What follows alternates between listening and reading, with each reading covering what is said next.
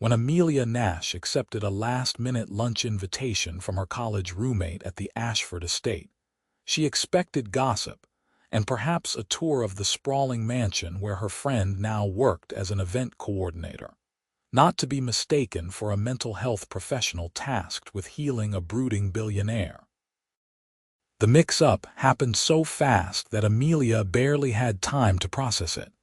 She had been waiting in the marble-floored foyer, admiring an enormous crystal chandelier, when a stern-looking woman in her 50s approached with a clipboard clutched to her chest. "You must be Dr. Nash," the woman said briskly. "I'm Gloria, Mr. Oakes's personal assistant. We've been expecting you.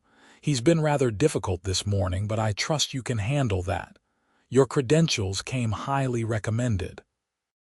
Amelia opened her mouth to correct the misunderstanding, but Gloria was already walking away at a pace that suggested she had no time for delays. Amelia followed, her sneakers squeaking against the polished floors as she tried to keep up with the older woman's determined stride. She should have spoken up immediately, but something stopped her. Curiosity, perhaps, or the desperate need for employment that had been gnawing at her for the past 3 months since the independent bookstore she managed had closed its doors permanently. Gloria led her through a series of increasingly ornate hallways until they reached a set of double doors made of dark wood with intricate carvings. The assistant knocked twice, paused, then opened the door without waiting for a response. "Your therapist is here," Gloria announced to the room beyond, then stepped aside to usher Amelia through. The office was enormous, with floor-to-ceiling windows overlooking manicured gardens that seemed to stretch on forever. Behind a massive desk sat a man who looked to be in his early 30s, his dark hair slightly disheveled, his jaw covered in what appeared to be several days' worth of stubble.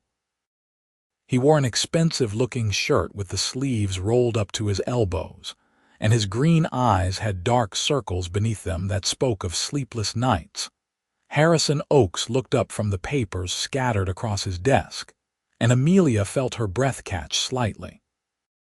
Even exhausted and clearly troubled, he was striking in a way that made her forget momentarily that she was committing fraud simply by standing there. "Another one," he said, his voice rough. "How many therapists does this make, Gloria?"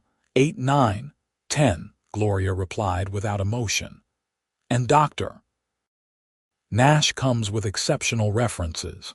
Perhaps you could try actually talking to this one instead of driving them away within 15 minutes. Harrison's eyes shifted to Amelia, and she felt the weight of his scrutiny. She should have confessed right then. Should have explained that she was just a former bookstore manager with a bachelor's degree in English literature, who had absolutely no business being in this room. But something in his expression stopped her. It wasn't anger or arrogance like she might have expected from a billionaire. It was pain, raw and barely concealed, and it made him seem unexpectedly human. "Fine," Harrison said after a long moment. "We'll try this again, though I'm sure you'll be running for the hills soon enough." Gloria left, closing the doors behind her with a soft click that seemed to seal Amelia's fate. She stood there, her canvas messenger bag hanging from one shoulder, wearing jeans and a simple blue sweater that suddenly felt entirely inadequate for the situation. "You can sit," Harrison said, gesturing to one of the leather chairs facing his desk. "Unless you prefer the couch setup, some therapists are particular about that." Amelia moved to the chair, buying herself time to think. She could still confess, should confess. But something made her ask instead, "Where would you be more comfortable?" He seemed surprised by the question. "No one's asked me that before." "Well, this is supposed to be for you, isn't it?" Harrison studied her for another long moment, then stood. He was tall, probably 6'2", with broad shoulders that filled out his shirt in a way that suggested he didn't spend all his time behind a desk. He moved to the sitting area near the windows, settling into an armchair rather than the stereotypical therapist's couch. Amelia followed, choosing the chair across from him. The afternoon sunlight streaming through the windows illuminated dust motes floating in the air between them. "So," Harrison began, "I assume Gloria briefed you on my situation." Amelia's mind raced. "Why don't you tell me yourself?" "In your own words." It was a safe response, she thought, the kind of thing a real therapist might say. Harrison seemed to accept it, leaning back in his chair and closing his eyes briefly.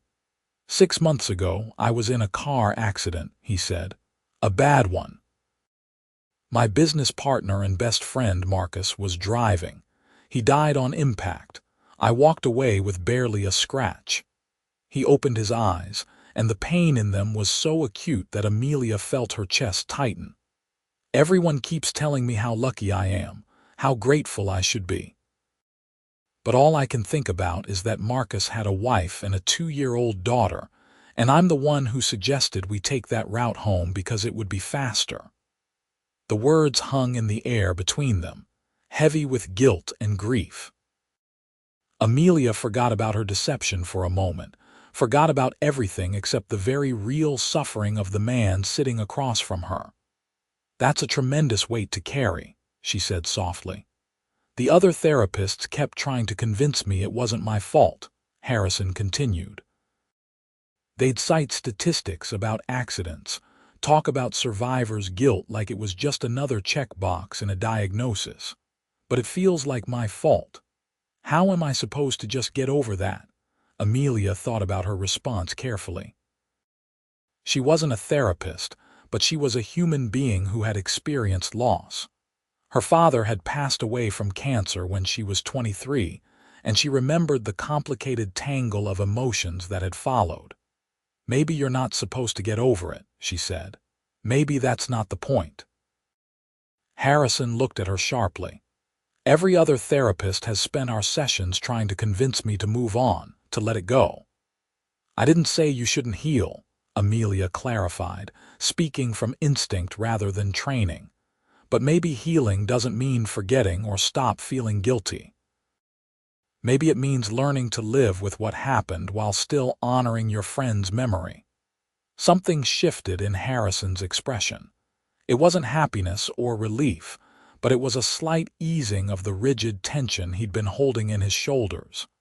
"That's different," he admitted. They talked for another hour, and Amelia found herself drawing on everything she'd learned from living rather than from textbooks. She'd never read. She asked questions, listened more than she spoke, and tried to be genuinely present in a way that felt more like being a caring friend than a medical professional. When Gloria knocked to signal the end of their session, Harrison actually looked disappointed. "Same time next week?" he asked. Amelia knew she should say no, knew she should come clean about the mistake, but she heard herself saying, "Yes, same time next week." As Gloria escorted her out, processing payment information that Amelia awkwardly said could be billed to her later, her mind was spinning. She had just agreed to continue an elaborate deception. It was wrong on multiple levels, possibly illegal, and yet she couldn't shake the feeling that something important had happened in that office. Over the next several weeks, Amelia returned to the Ashford estate every Tuesday afternoon. She spent her other days researching psychology, trauma, and grief counseling with an intensity that reminded her of cramming for college exams.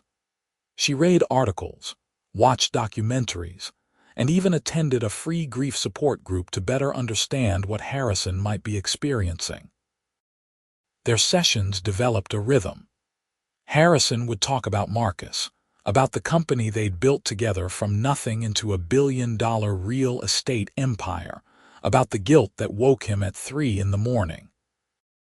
Amelia would listen and offer observations that came more from empathy than expertise, but which seemed to resonate with him nonetheless. In their 4th session, Harrison mentioned that he hadn't been back to the office since the accident. My vice president is running things, he said, staring out at the gardens. She's competent, maybe more competent than I am right now, but the board is getting restless. They want to see me, want reassurance that the company isn't going to fall apart. What do you want? Amelia asked. I don't know any more, Harrison admitted. Marcus and I started Oak's development because we wanted to build something meaningful. We focused on affordable housing, mixed-income communities, projects that actually helped people instead of just displacing them. Now I look at the plans on my desk and can't remember why any of it matters. Grief can do that, Amelia said. It can make everything feel hollow, but that doesn't mean the meaning is gone. It might just be hiding under all the pain. Harrison turned to look at her, really look at her, and Amelia felt something shift between them. It was subtle but undeniable, a charge in the air that had nothing to do with therapy and everything to do with two people seeing each other clearly.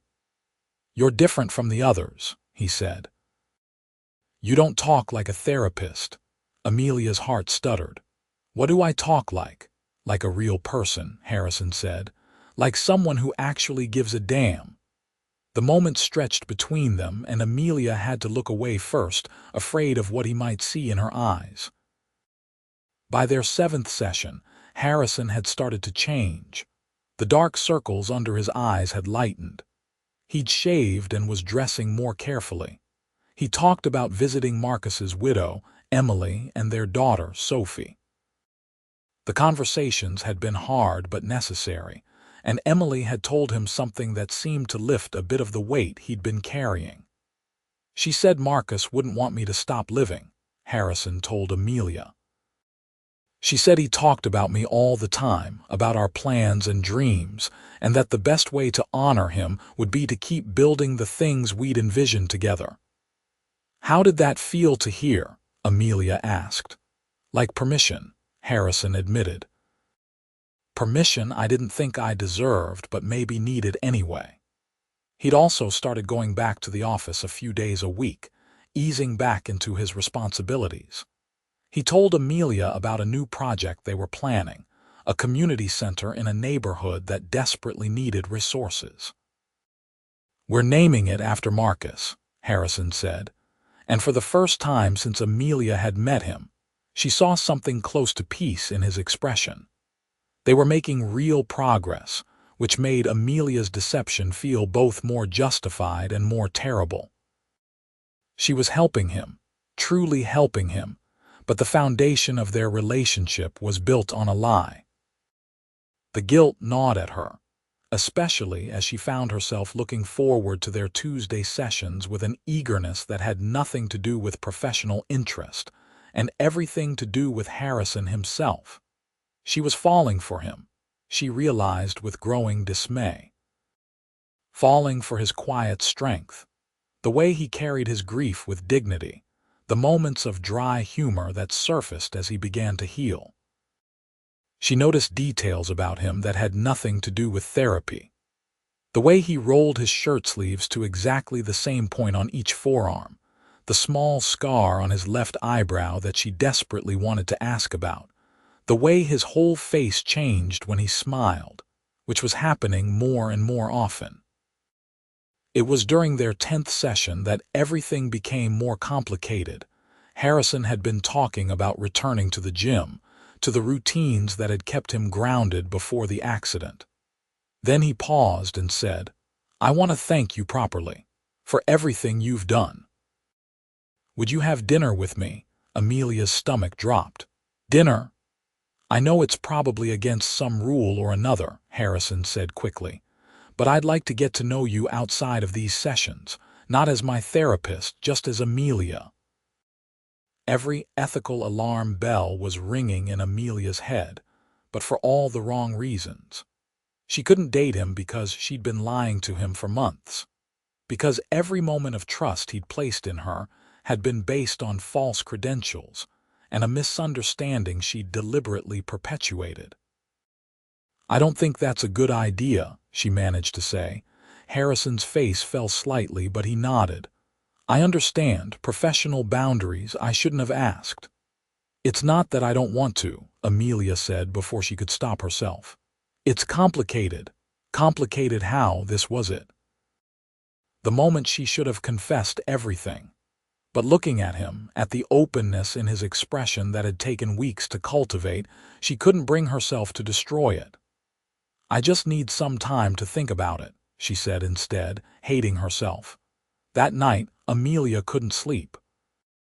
She lay in her small apartment, staring at the ceiling and replaying every session in her mind. She'd helped him. She was certain of that. Harrison was healing, returning to his life, honoring his friend's memory while learning to forgive himself. But the method by which she'd helped him was fundamentally dishonest, and that dishonesty was now threatening to become something even more tangled. She decided she would tell him the truth at their next session. She'd explain everything, apologize, and face whatever consequences came. It was the only right course of action. But when Tuesday arrived, Gloria met her at the door with unusual urgency. "He's had a setback," she said quietly. "Emily called yesterday to say Sophie's been asking about her father having nightmares. Harrison is taking it hard, blaming himself again." "I'm glad you're here." Amelia found Harrison in his office, standing by the windows with his hands shoved in his pockets. He looked like he had during their first session. All the progress they'd made seemingly evaporated. "She's 3 years old and having nightmares about her father," Harrison said without preamble. "Because he died in an accident that happened, because I suggested a different route home. Sophie is having nightmares because she lost her father," Amelia said gently. "That's a natural response to grief, even for a young child. It's not because of you." "Isn't it, though?" Harrison turned to face her, and his eyes were red-rimmed. "Everything comes back to that moment. That single decision I made that cost Marcus everything." Amelia moved closer to him, professional distance forgotten in the face of his pain. "You made a decision based on the information you had. You couldn't have known what would happen. Believing you should have known is giving yourself powers you don't have." "I should have been the one driving," Harrison said, his voice breaking slightly. "He was tired. I knew he was tired. I should have insisted. And if you had been driving and the accident had still happened, Marcus would be standing here now, torturing himself with the same guilt you're carrying," Amelia said. "Tragedy doesn't follow fair rules, Harrison. It just happens, and then we're left trying to make sense of things that might not make sense." Harrison closed his eyes, and Amelia watched a single tear slide down his cheek. Without thinking, she reached out and wiped it away with her thumb.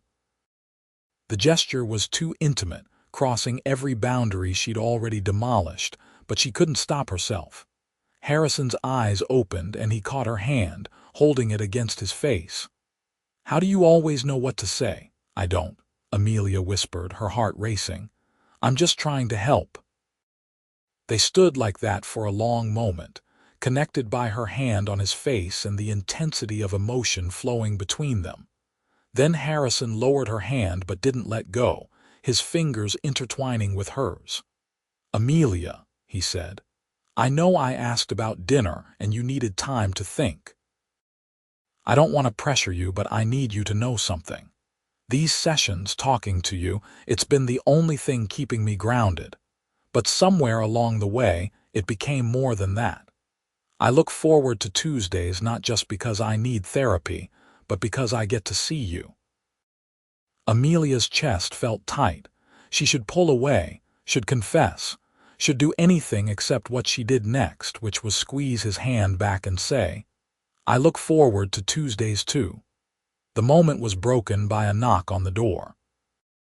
Gloria entered without waiting for a response, her expression urgent. "I apologize for interrupting, but there's an emergency at the Oakland site, a structural issue that needs immediate attention. The vice president is requesting your presence." Harrison reluctantly released Amelia's hand. "I have to deal with this." "Of course," Amelia said, trying to regain some sense of professionalism. "We can continue this later." "Stay," Harrison said suddenly. "Please. I don't know how long this will take, but I'd like to see you again today if possible. You could wait here, or Gloria can show you around the estate, whatever you'd prefer." Amelia should have declined, should have used the opportunity to escape and regroup, but she found herself nodding instead. "I'll wait."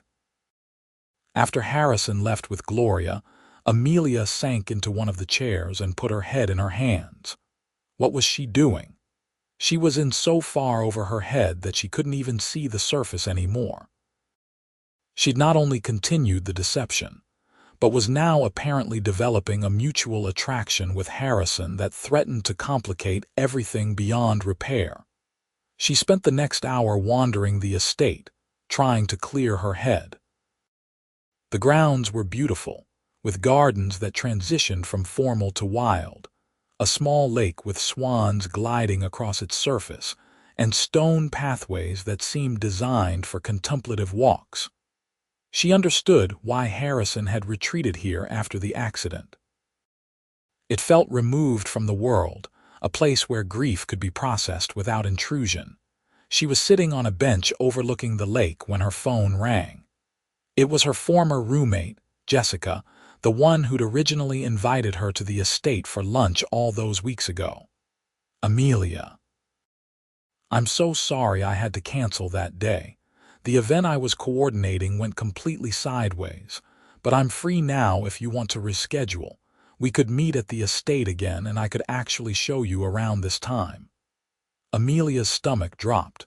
"You still work there, of course." "I was promoted actually. I'm now the senior event coordinator. Mr. Oakes has been amazing to work for, even with everything he's going through. Did you know he's been seeing a therapist? Gloria mentioned it's really helping." Amelia closed her eyes, a wave of nausea washing over her. Jessica didn't know about the mix-up, didn't realize that Amelia was the supposed therapist.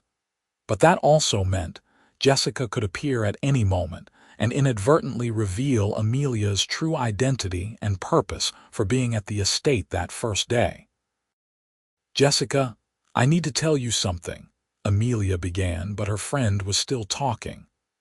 "Oh, hold on, I'm getting another call. It's about the charity gala we're planning for next month. Can I call you back?" Before Amelia could respond, Jessica had hung up. Amelia sat there, staring at her phone and feeling the weight of her deception pressing down on her like a physical force. Everything was spiraling out of control, and she was the only one to blame. She made a decision. When Harrison returned, she would tell him everything. She'd apologize, explain how the mix-up had happened, and why she'd gone along with it, and accept whatever anger or disappointment followed. It would destroy whatever was building between them, but it was the only honest path forward. She waited by the lake until the sun began to set, painting the sky in shades of orange and pink. Finally, she saw Harrison walking down one of the stone paths toward her, his tie loosened, and his hair slightly disheveled from what had clearly been a stressful afternoon. "I'm sorry that took so long," he said as he approached. "The structural issue was more complicated than expected. We had to halt construction until we can bring in additional engineers." He sat down beside her on the bench, close enough that their shoulders almost touched. "Thank you for waiting." "Harrison," Amelia began, her voice shaking slightly, "I need to tell you something important." He turned to look at her, concern flickering across his face. "What is it?" Before she could respond, her phone rang again. She glanced at the screen and saw Jessica's name. In a moment of panic, she declined the call, but the interruption had broken her momentum. "Is everything okay?" Harrison asked. "I just need to tell you the truth about something." Amelia tried again. Harrison reached over and took her hand, the gesture gentle and reassuring. "You look terrified." "Whatever it is, you can tell me." Amelia opened her mouth, the confession ready to tumble out when Harrison's phone buzzed. He glanced at it and sighed. "It's Emily," he said. "I should take this," he answered, and Amelia listened as he spoke with Marcus's widow. From his side of the conversation, she gathered that Emily was calling to apologize for the distress her previous call had caused and to assure Harrison that Sophie was doing better. Harrison's expression softened as he talked, the tension leaving his shoulders. When he ended the call, he looked at Amelia with something close to wonder. She said that Sophie's therapist told her the nightmares are actually a healthy part of processing grief, that they're a sign Sophie feels safe enough to express her feelings. "Emily wanted me to know that I shouldn't feel guilty, that she's grateful I'm still in their lives." "That's wonderful," Amelia said, meaning it despite her own turmoil. "None of this would have happened if it weren't for you," Harrison said. "Before we started these sessions, I was avoiding Emily and Sophie because I couldn't face them. Now I'm actually able to be there for them, to honor Marcus by helping take care of his family. You gave me that." The gratitude in his voice made Amelia feel even worse. She'd helped him, yes, but under false pretenses. Every positive outcome was tainted by the lie at its foundation. "Harrison," she said firmly, "I really need to tell you something, and I need you to listen without interrupting." His expression grew serious, but he nodded. "Okay." Amelia took a deep breath, preparing to confess everything when a familiar voice called out from one of the pathways. "Amelia, is that you?" They both turned to see Jessica approaching, her face bright with surprise and delight. Amelia felt her blood turn to ice. "Jessica," she managed to say. "I can't believe you're here. When you didn't answer my call, I thought maybe we could reschedule for another day, but then Gloria mentioned you were on the grounds." Jessica's enthusiasm was like a tidal wave, unstoppable and oblivious to the disaster it was causing. "Mr. Oakes, it's so nice to see you out and about. You look so much better than the last time I saw you." Harrison stood, polite but clearly confused. "I'm sorry, have we met?" "Only briefly at the spring fundraiser before your accident," Jessica said. "I'm Jessica Chen, the senior event coordinator. Amelia and I were college roommates. Actually, we were supposed to have lunch here the day of your first therapy session. I felt terrible having to cancel on her last minute, but there was an event emergency." She turned back to Amelia with a grin. "I had no idea you were Mr. Oakes's therapist. You kept that pretty quiet." The silence that followed was deafening. Amelia watched Harrison's face as understanding dawned, saw the confusion give way to realization, and then to something she couldn't quite read. "You two were supposed to have lunch that day," Harrison said slowly. "The day we met," Amelia stood, her legs shaky. "Harrison, I can explain." Jessica looked between them, her smile fading as she sensed the tension. "Did I say something wrong?" "No," Amelia said quickly. "Jessica, could you give us a moment?" "Sure," Jessica said uncertainly. "I'll just be heading back to the main house." After Jessica left, Harrison turned to Amelia with an expression that made her chest ache. It wasn't anger, which she might have been able to handle. It was betrayal, deep and painful. "You're not a therapist," he said. "It wasn't a question." "No," Amelia whispered. "I'm not." Harrison took a step back, running his hand through his hair. "This entire time, every session, every conversation, everything I told you." "It was a mistake at first," Amelia said desperately. "Gloria mistook me for your actual therapist. I was waiting for Jessica, and before I could correct her, she was leading me to your office. I should have said something immediately, I know that. But then I met you, and you were in so much pain, and I thought maybe I could help, even if I wasn't qualified." "You lied to me for months," Harrison said, his voice carefully controlled. "You let me believe you were a professional, someone trained to handle trauma. You let me pour out everything I was feeling, all my guilt and pain, while you were just playing at being a therapist." "I wasn't playing," Amelia said, tears streaming down her face now. "I researched everything I could. I tried my best to actually help you, and I think I did." "You're better now, Harrison. You're healing." "That's not the point." Harrison's control finally cracked, his voice rising. "The point is that you had a dozen opportunities to tell me the truth, and you chose to keep lying. What about earlier today, when I told you how I felt about you? Were you just going to keep the deception going indefinitely?" "I was trying to tell you the truth just now," Amelia said. "That's what I was about to do when Jessica showed up." "Only after months of lying," Harrison countered. "Only after I'd shared my deepest vulnerabilities with you. Only after I'd started to fall for you." He laughed bitterly. "God, I feel like an idiot." "You're not an idiot," Amelia said. "I'm the one who made a terrible choice and kept making it. But my feelings for you are real, Harrison. Everything between us, that was real." "How can I believe anything you say?" Harrison asked, and the question hung in the air between them, unanswerable. Amelia had no response that would make things right. She'd broken his trust in the most fundamental way, and no amount of explaining or apologizing could undo that. "I think you should leave," Harrison said finally, his voice quiet and empty. "I'll have Gloria handle whatever paperwork needs to be dealt with regarding payment for the sessions." "I don't want your money," Amelia said. "Consider it payment for services rendered," Harrison said coldly.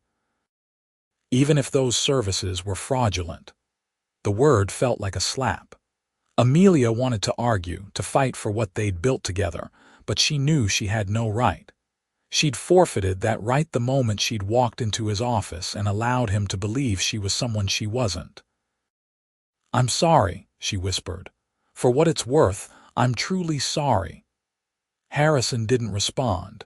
He just stood there looking at the lake, his back to her, the set of his shoulders radiating pain and anger.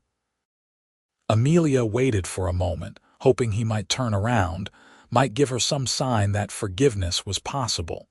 But he remained motionless, and eventually, she walked away. The next few weeks were the worst of Amelia's life. She moved through her days in a fog of regret and heartbreak. She'd lost Harrison before she'd ever really had him, and the loss felt disproportionate to the brief time they'd known each other. But what they'd shared had been intense and meaningful, and its absence left a gaping hole in her daily routine. She finally found a new job, working as a manager at a small independent bookstore that reminded her of her previous workplace. It was good work, and she threw herself into it, trying to drown her sorrow in inventory management and customer service. But every Tuesday afternoon, she'd find herself thinking about what she should be doing, who she should be seeing. She thought about reaching out to Harrison 1,000 times but always stopped herself. What could she possibly say that would make a difference? She'd broken his trust, and there was no easy path back from that. About a month after their confrontation, Amelia was working the evening shift at the bookstore when the bell above the door chimed. She looked up from the register and felt her heart stop. Harrison stood in the doorway, looking unsure of his welcome. He was dressed casually in jeans and a dark sweater, and he looked better than when she'd last seen him. The haunted quality that had clung to him during their early sessions was gone, replaced by something clearer and more grounded. "Hi," he said. "Hi," Amelia managed to reply, her voice barely audible. They stared at each other across the store, and Amelia felt a rush of competing emotions. Hope, fear, longing, and the persistent ache of regret that had become her constant companion. "I've been looking for you," Harrison said, moving closer. "Gloria didn't have your address, just a phone number that went to voicemail." "I haven't been good about checking messages," Amelia admitted. It was true. She'd been avoiding her phone, unable to face even mundane communication. "I wanted to talk," Harrison said, "if you're willing to listen." "Of course," Amelia said quickly. "I'm always willing to listen to you. Harrison glanced around the empty bookstore. Is there somewhere private we could talk? Amelia led him to the small break room in the back, her hands trembling slightly as she closed the door behind them. The room was tiny, with just a table, 2 chairs, and a coffee maker that had seen better days. It felt absurdly inadequate for whatever conversation was about to happen. They sat across from each other, and Amelia waited, barely breathing. "I've been angry," Harrison began. "Furious, actually, for the first couple of weeks. I felt betrayed and manipulated, and I couldn't understand how someone could do what you did." Amelia nodded, accepting the words even as they cut deep. "I understand. But then I started thinking about those sessions," Harrison continued. "Really thinking about them, and I realized something. You helped me, Amelia. Genuinely helped me in ways that 9 trained professionals before you couldn't.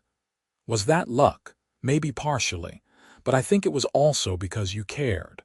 Not as a job, not as a professional obligation, but as a person who genuinely wanted to see me heal." "I did care," Amelia said softly. "I still do." "I know," Harrison said. "That's what made this whole thing so complicated. If you'd been some con artist looking to take advantage of me, I could have written you off and moved on. But you weren't.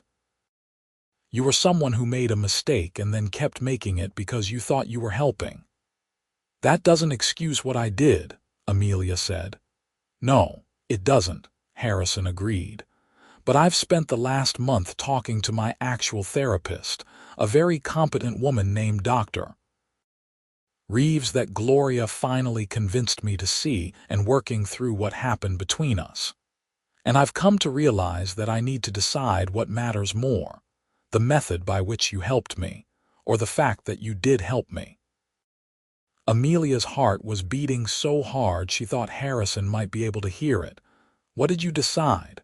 "That I miss you," Harrison said simply. "I miss talking to you. I miss the way you see things, the way you listen without judgment, the way you made me feel like I could be honest about what I was going through. I miss the person I was becoming when I was with you." "I miss you too," Amelia whispered. "Every day." Harrison reached across the small table and took her hand, the gesture achingly familiar. "I can't just pick up where we left off. The trust is broken, and that's going to take time to rebuild. But I'd like to try if you're willing." "I'm willing," Amelia said immediately. "Harrison, I will spend however long it takes proving to you that I'm trustworthy. I know I made terrible decisions, but my feelings for you were never part of the deception. Those have always been real." "I believe you," Harrison said. "I wouldn't be here if I didn't, at least on some level." They sat there, hands linked across the table, and Amelia felt something she hadn't allowed herself to feel in weeks: hope. "So where do we go from here?" she asked. "We start over," Harrison said. "Properly this time. No deceptions, no pretending to be something you're not. Just 2 people getting to know each other." "I'd like that," Amelia said. Harrison smiled, the first real smile she'd seen from him since everything had fallen apart, and it transformed his face. "Have dinner with me tomorrow night, a proper date this time." "Yes," Amelia said without hesitation. Their first real date was at a small Italian restaurant in the city, far from the grandeur of the Ashford estate. Harrison picked her up from her apartment in a car that he drove himself. No chauffeur or assistant in sight. He wore slacks and a button-down shirt, and he held the door open for her with an old-fashioned courtesy that made her smile. Over pasta and red wine, they talked like people on a first date, learning the basic facts about each other that had somehow never come up during their therapy sessions. Amelia told him about growing up in a small town in Ohio, about her father's death and her mother's subsequent remarriage to a kind man who owned a hardware store. She talked about her love of books, how she dreamed of opening her own bookstore someday but was content managing one for now. Harrison told her about his childhood in Boston, the son of a single mother who'd worked 2 jobs to put him through college. He talked about meeting Marcus in business school, how they'd bonded over their shared vision of doing business differently, of making profit while still prioritizing people. He spoke about Marcus easily now, with sadness but without the crushing guilt that had characterized their earlier conversations. "Dr. Reeves has been helpful," Harrison admitted. "Different from you, more clinical but good in her own way. She's helped me understand that what I was doing wasn't just grief. It was a form of magical thinking, believing that if I suffered enough, I could somehow change what happened." "And now?" Amelia asked. "Now I'm trying to focus on what I can control," Harrison said. "I can't bring Marcus back, but I can make sure his daughter is taken care of. I can continue the work we started together. I can live in a way that honors his memory instead of drowning in guilt." "That sounds healthy," Amelia said. "It is," Harrison agreed. "But I want you to know that the foundation you helped me build, even under false pretenses, that's what made it possible for me to work with Dr. Reeves productively. You got me to a place where I could actually accept professional help." "I'm glad," Amelia said, meaning it. "Even if I went about it all wrong, I'm glad something good came from it." They dated carefully after that, taking their time to build something real. Harrison took her to art galleries and concerts, while Amelia introduced him to her favorite bookstores and coffee shops. They went for long walks in parks and had deep conversations about everything from philosophy to their favorite movies. They learned each other's quirks and habits, the small details that make up a life. Harrison met Amelia's mother and stepfather when they visited the city for her mother's birthday. Her mother was initially suspicious, having heard about the dramatic circumstances of how they'd met, but Harrison won her over with his genuine affection for Amelia and his self-deprecating humor about the situation.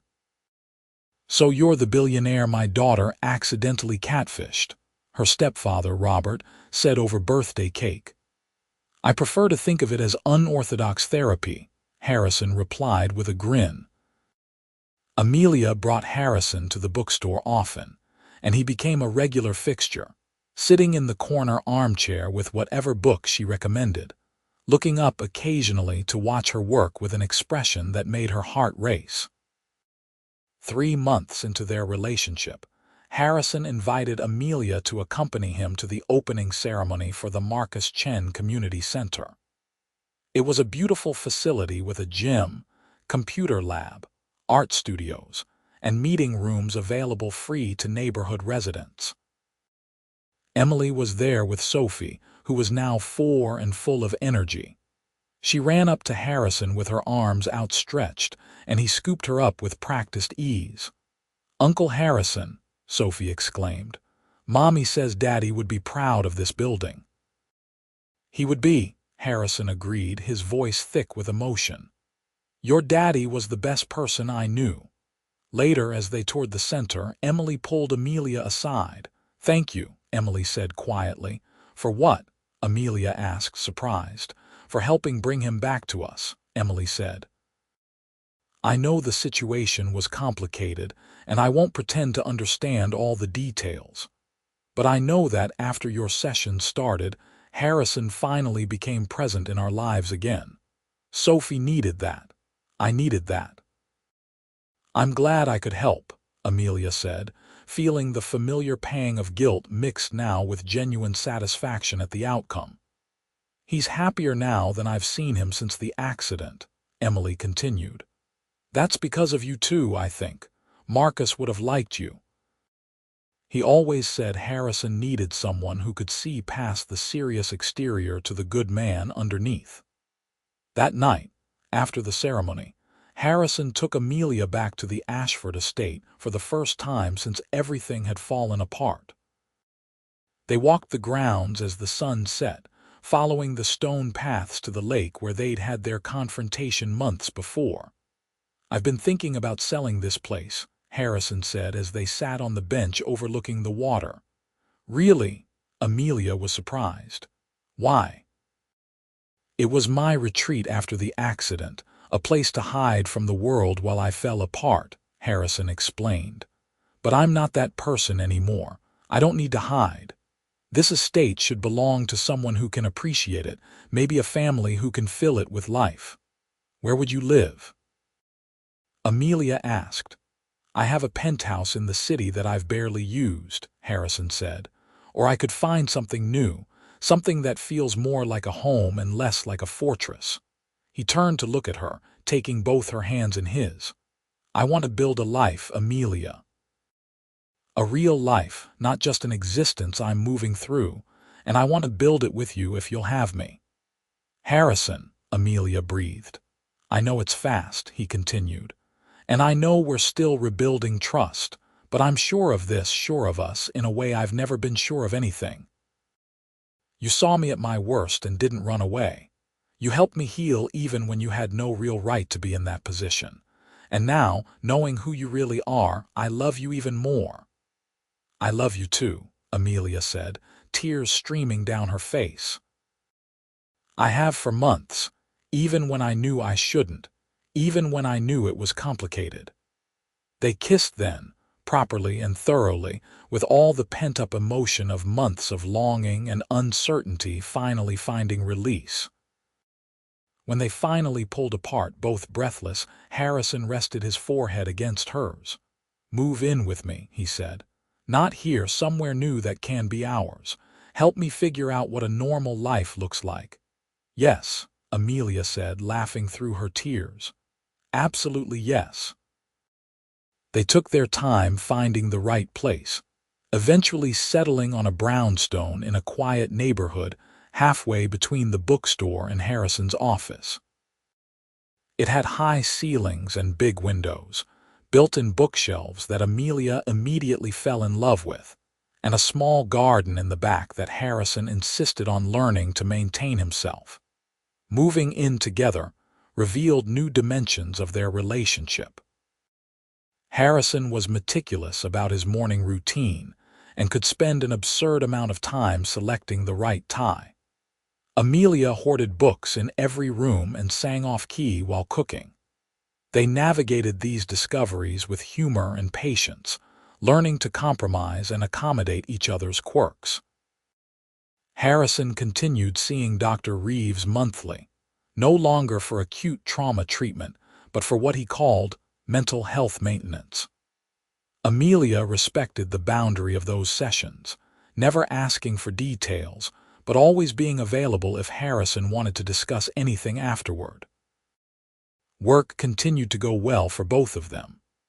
Harrison had fully returned to Oak's development, throwing himself into projects that aligned with the values he and Marcus had established.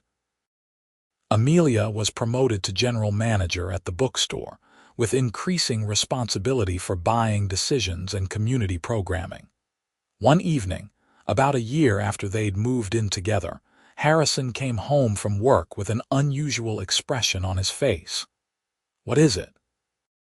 Amelia asked from where she was curled up on the couch with a book.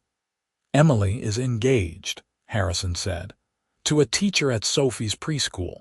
They've been dating for 6 months and she called to tell me before making it public. That's wonderful, Amelia said cautiously, watching Harrison's face for signs of distress. It is wonderful, Harrison agreed, sitting beside her. And I realized something when she told me. I felt happy for her, genuinely happy without any guilt. She's moving forward with her life, and that doesn't diminish what she had with Marcus. It just means she's choosing to live fully instead of staying frozen in grief. That's a big realization, Amelia said softly. It made me think about my own life, about moving forward, Harrison continued. He reached into his pocket and pulled out a small velvet box. About making things official. Amelia's heart stopped as Harrison opened the box to reveal a stunning ring, a sapphire surrounded by small diamonds. Amelia Nash, Harrison said, you came into my life during my darkest moment, and even though the circumstances were completely insane, You helped me find my way back to the light. You're my best friend, my partner, the person who makes every day better just by being in it. Will you marry me?" "Yes," Amelia said, laughing and crying at the same time. "Yes, of course I'll marry you."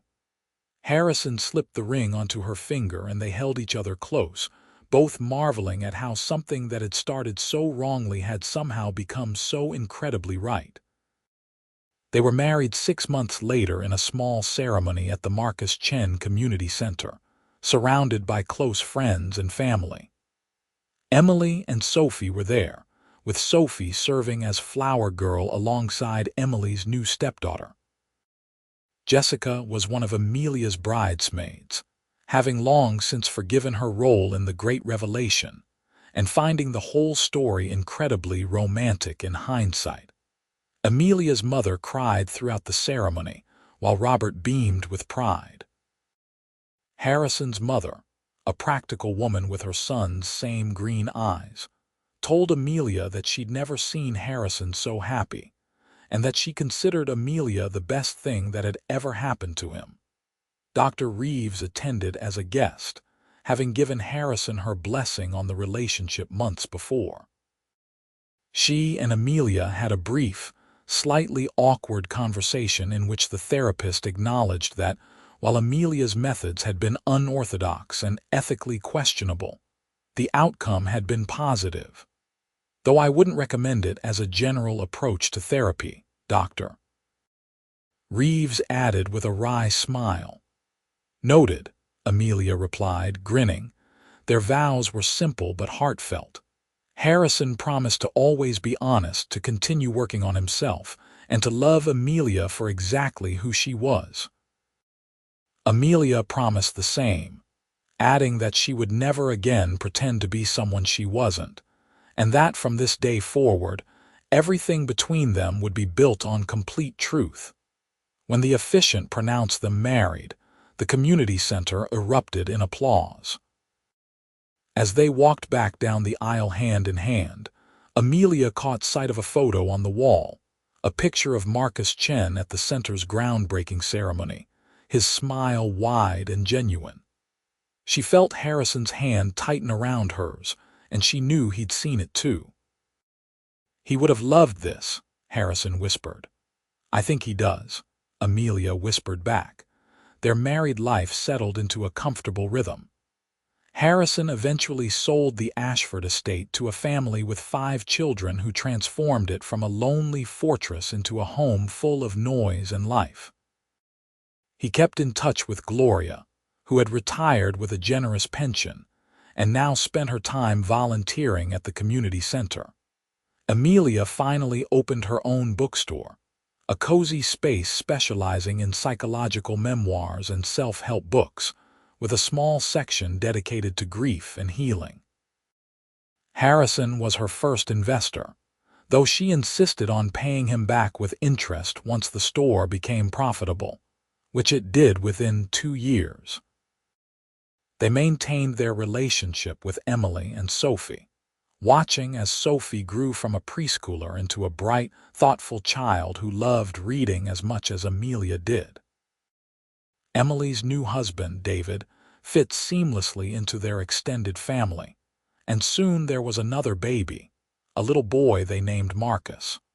On the 5th anniversary of the accident, Harrison and Amelia visited Marcus's grave together, along with Emily, David, and the children. They left flowers and told stories, celebrating Marcus's life instead of mourning his death. Sophie, now 8 years old, read a poem she'd written about her father, and there wasn't a dry eye among the adults. That night, as they lay in bed in their brownstone, Harrison pulled Amelia close. "Thank you," he said into the darkness. "For what?" Amelia asked, though she thought she knew. "For everything. For stumbling into my life when I needed you most. For caring enough to help even when you had no business doing so. For sticking around when I was angry and hurt. For building this life with me." "I should be thanking you," Amelia countered, "for giving me a second chance, for seeing past my mistakes to who I really am, for loving me anyway." "I don't love you anyway," Harrison corrected gently. "I love you completely, mistakes and all. You're the most genuine person I know, Amelia, even when you were being spectacularly dishonest about your credentials." Amelia laughed, smacking his shoulder lightly. "Are you ever going to let me live that down?" "Probably not," Harrison admitted. "It's too good a story. Besides, in a weird way, I'm grateful it happened. A real therapist might have helped me eventually, but they wouldn't have become my wife." 2 years later, Amelia gave birth to twin boys, Henry and Alexander, both with Harrison's green eyes and her dark hair.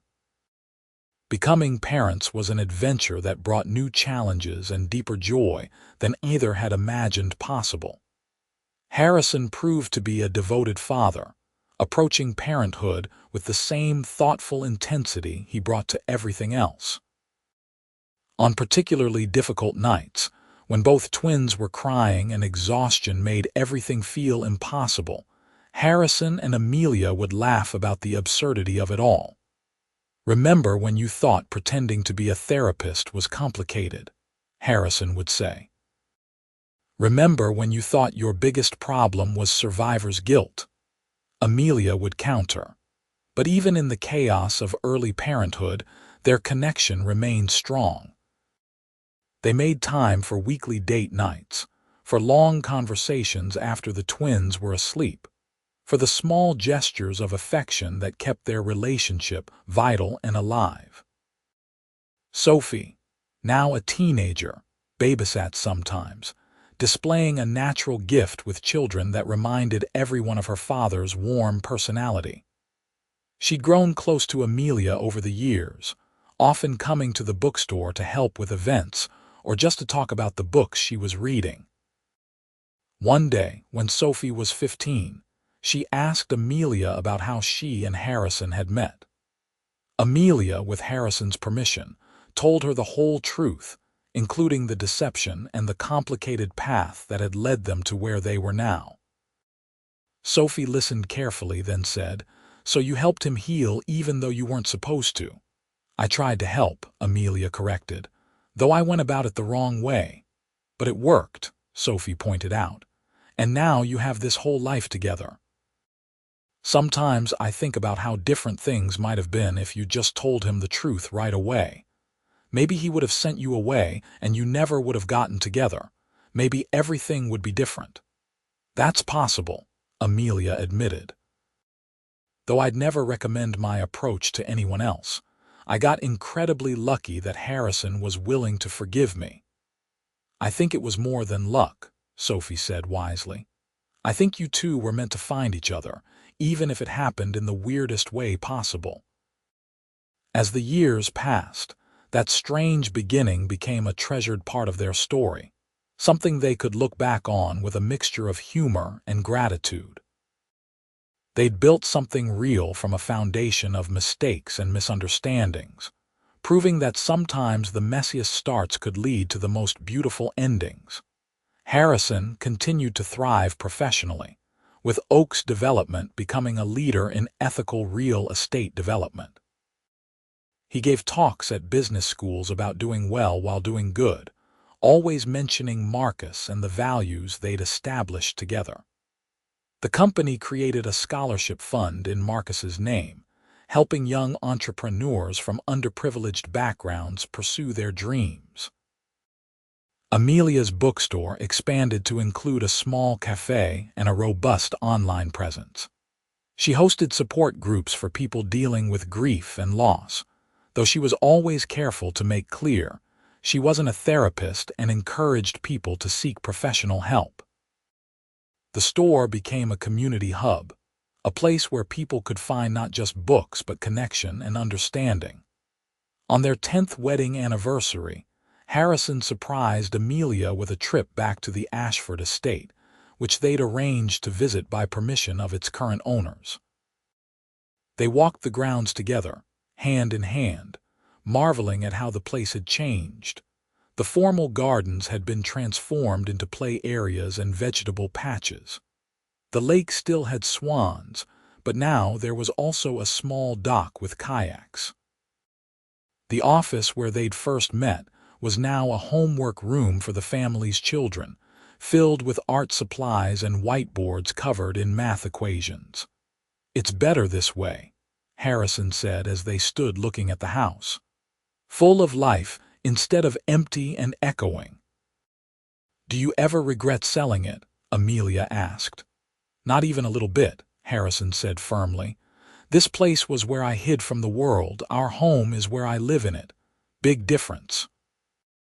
They returned to the lake, to the bench where everything had fallen apart and then, months later, begun to come back together. "If you could go back," Amelia said, "knowing everything that would happen, would you do it all the same way?" Harrison considered the question seriously, as he considered everything. "The pain, the grief, the anger when I learned the truth, all of it was real and difficult. But it led me here to this life with you, to our boys, to finding purpose again after Marcus died. So yes, I think I would. Though I might have forgiven you a bit faster to save us both some suffering."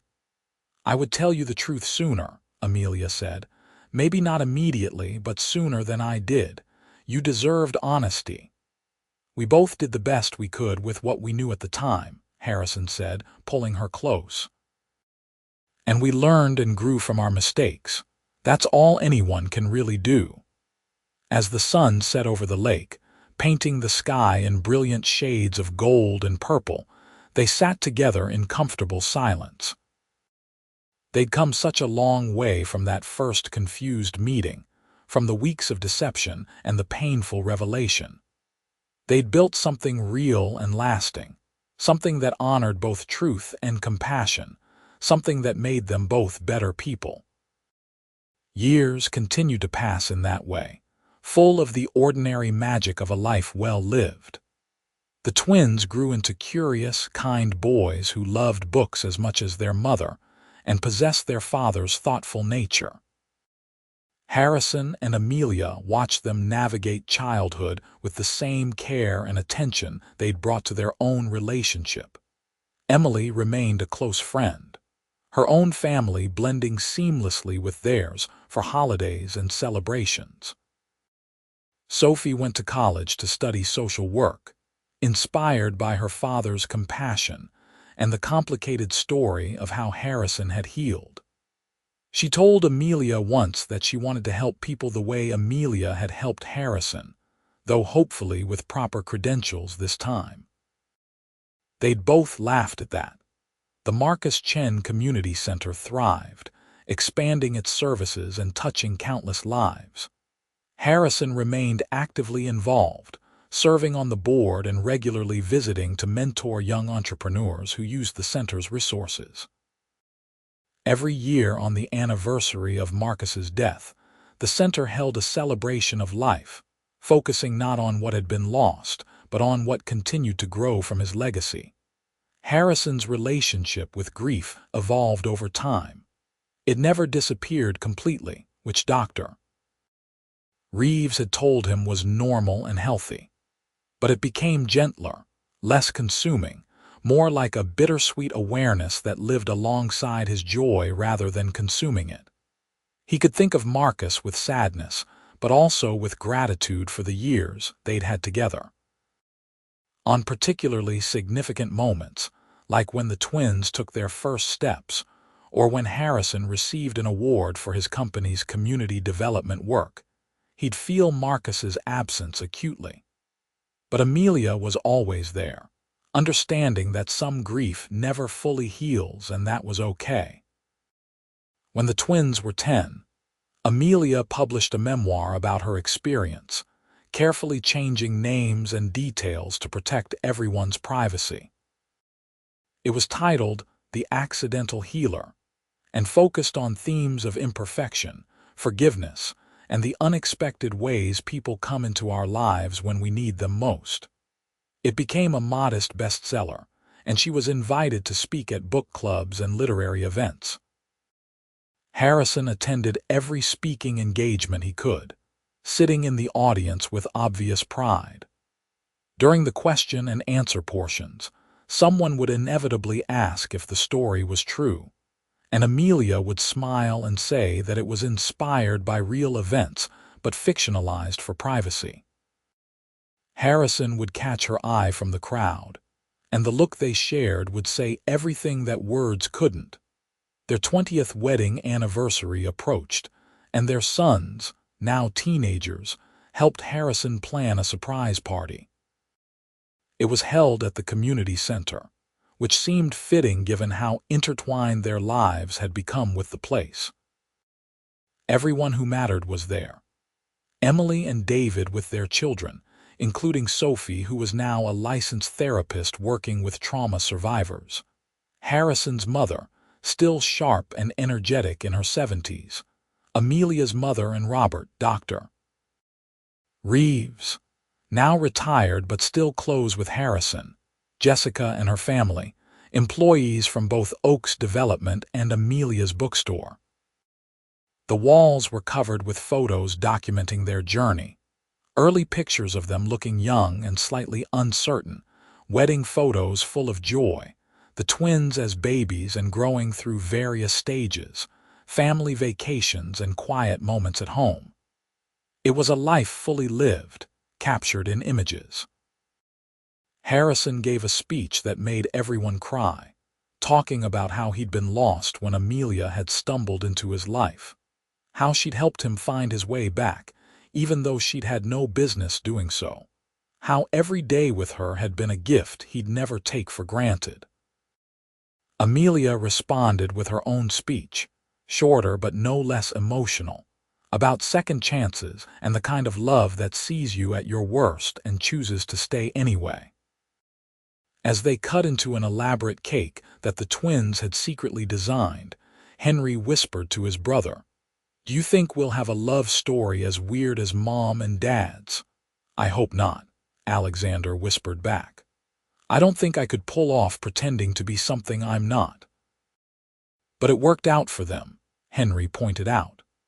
"Only because they're both a little crazy and somehow perfect for each other," Alexander said fondly, watching their parents feed each other cake with exaggerated romance that made everyone laugh.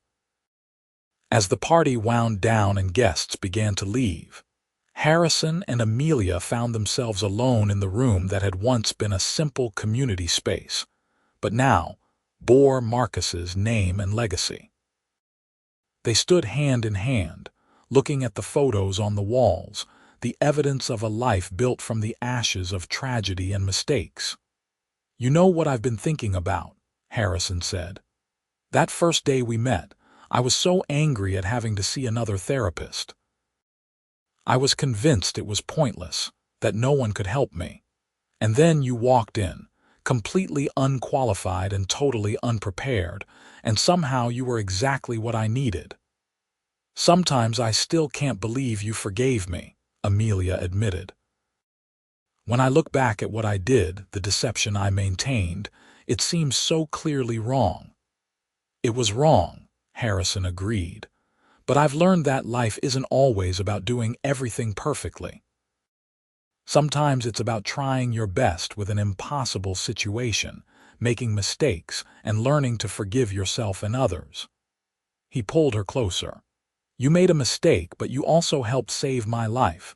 Both things can be true."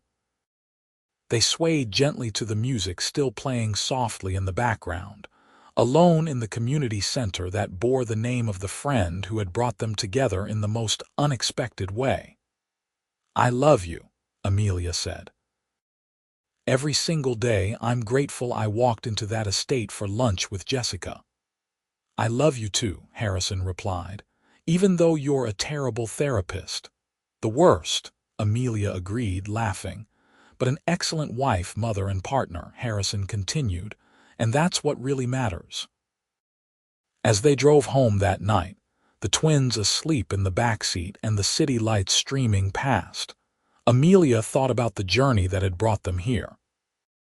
It had been complicated and messy, full of mistakes and misunderstandings, but it had also been real and profound and ultimately transformative for both of them. She'd set out to heal a broken man and ended up healing parts of herself she hadn't known needed attention. She'd learned that sometimes the most meaningful connections come from the most unlikely circumstances, that forgiveness is possible even when it seems impossible, and that love, real love, is built not just on perfect moments but on choosing each other again and again through all the imperfect ones. Harrison reached over and took her hand, intertwining their fingers in a gesture that had become as natural as breathing over their years together. "What are you thinking about?" he asked softly. "Just that I'm happy," Amelia said simply. "Right here, right now, with you and our boys and this life we've built. I'm completely, perfectly happy." "Me too," Harrison said, bringing her hand to his lips and kissing it gently. "Me too."